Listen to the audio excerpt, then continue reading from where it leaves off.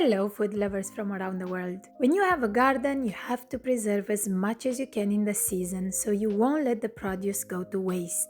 That would be a shame after all the hard work, wouldn't it? But even if you don't have a garden, you may still want to go to the farmer's market and preserve things yourself, as you know exactly what went into the jars and you'll avoid toxic chemicals that the store-bought ones may have. So today I will show you how easy it is to can green beans from the beginning to the end. It's a fun project, so let's get going. We wash the garden beans with cold water and let them drain in a colander.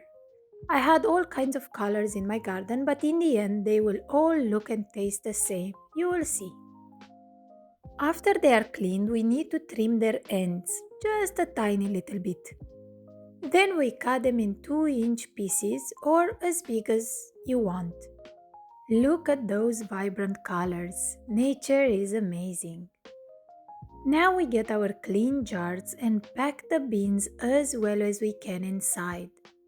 Push them down as you go because after processing them, they will go down in volume quite a bit. So make sure that you really pack them now or you'll end up with a half full jar. I want to take this opportunity to thank you for turning in today and to ask you to take a minute now and hit that subscribe button if you feel that I've earned it. Also, share this video with your friends so they will know how to preserve food for their pantry too. Back to the beans now. We add a teaspoon of salt into each quart jar and pour boiling water over the beans. I like to pour a little bit into each jar initially so they won't break. I keep on pouring until they are full, leaving about half of an inch on top. You can use less salt if you are avoiding it. The salt won't help preserving them in this case. It just adds flavor. Now we put the lids and bands on, making sure we won't over tighten them.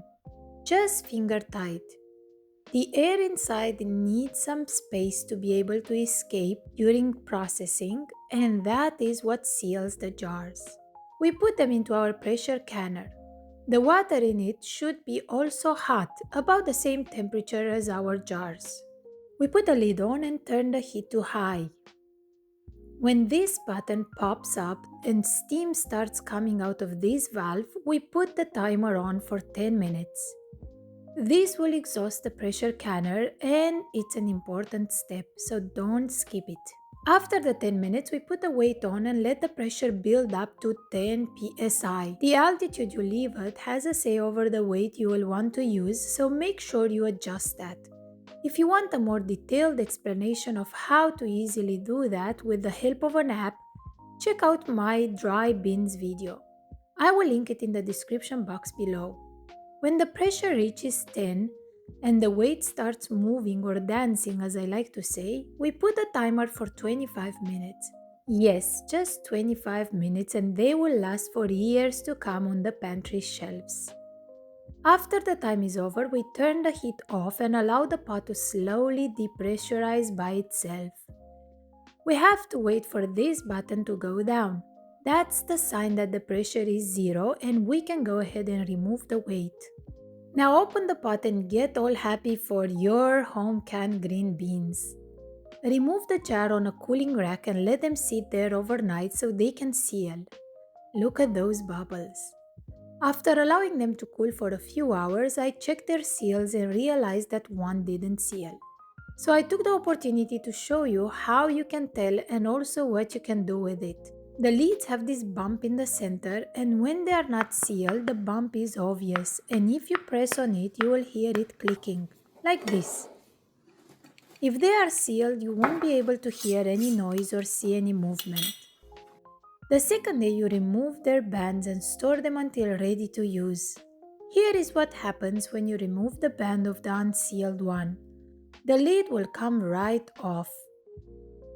If you kept the band on, you could miss this and the beans would mold and spoil in the jar. So this one will keep in the refrigerator for a few days and use right away. I hope this easy step-by-step recipe will give you the courage to start canning yourself and be more self-sufficient. I will see you again next time. Bye!